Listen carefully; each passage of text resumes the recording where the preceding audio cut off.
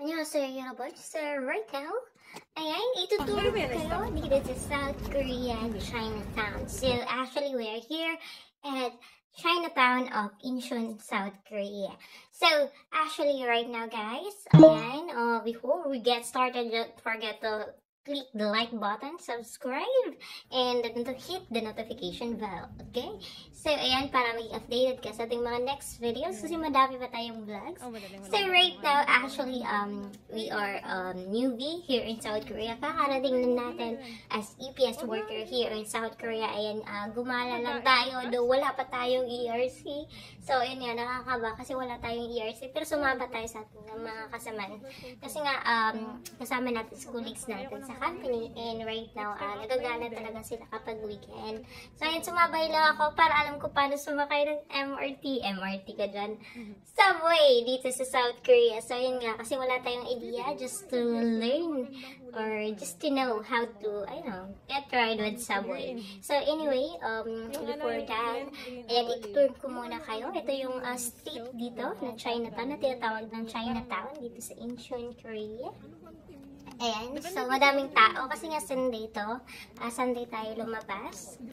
So, ayun, ayan, so cute talaga yung Chinatown nila dito guys. Kasi Chinese talaga yung mga designs, yung mga structure, I mean, ng mga buildings nila dito. So, ayan na nga, sobrang cutie. Chinese to Chinese talaga. So, yung food nila dito, Chinese talaga. Ayan nga. Ayan nga, dahil nga bago lang tayo, wala pa tayong budget. Hindi muna tayo nakatry ng mga food dito. But now, very soon, we'll be back here and, ayan, itry natin yung mga dito, bilihan ng mga pagkain. Anyway, pumasok tayo dito sa, mga accessories na benda. Ayan, so yun yung ate ko. Ayan, so cute niya. Nagbili pa siya ng ganun-ganun. At parang Chinese design din siya. Headband. And, you can see, ayan mga bilihin nila. 5,000 won, 10,000 won. So, yung mga kitchen lang nila, 10,000 won. So, right now, nandito tayo na tayo. Kagaya ka, tayo dito. Malakal work, parang dito nakakabili dito. So, anyway, so cute yun. 40 pesos. Logi din naman. Pesos na kitchen lang yan. So, yung 7,000 won. Ayun. Sir, pero 7,000 won. Yung price niya, magkakano tayo. Unlike sa atin, Punta tayo sa 80 pesos, so 100 pesos dyan. Anyway, yun nga, kasi nga gusto na natin mag-CR. Panirang moment to. So, yun na nga, nag-explore tayo. Pero gusto na natin mag-CR. Pumunta na lang tayo sa Subway station. So, yun naman talaga yung purpose to know how to get ride with Subway. Ayan, pasok na tayo sa loob kasi nga gagaling na natin ng comfort room. At there we go. We are here now.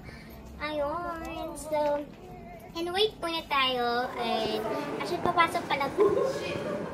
So, yun na nga. We are here na sa waiting station or waiting area ng Subway. So, yun ang ganda ng waiting area nila, guys. So, yun lang. Naghintay tayo ng paparating na Subway. And right now, nandyan na nga yung Subway. Kaya nasa loob na tayo, nakasakay na tayo at nakaupo.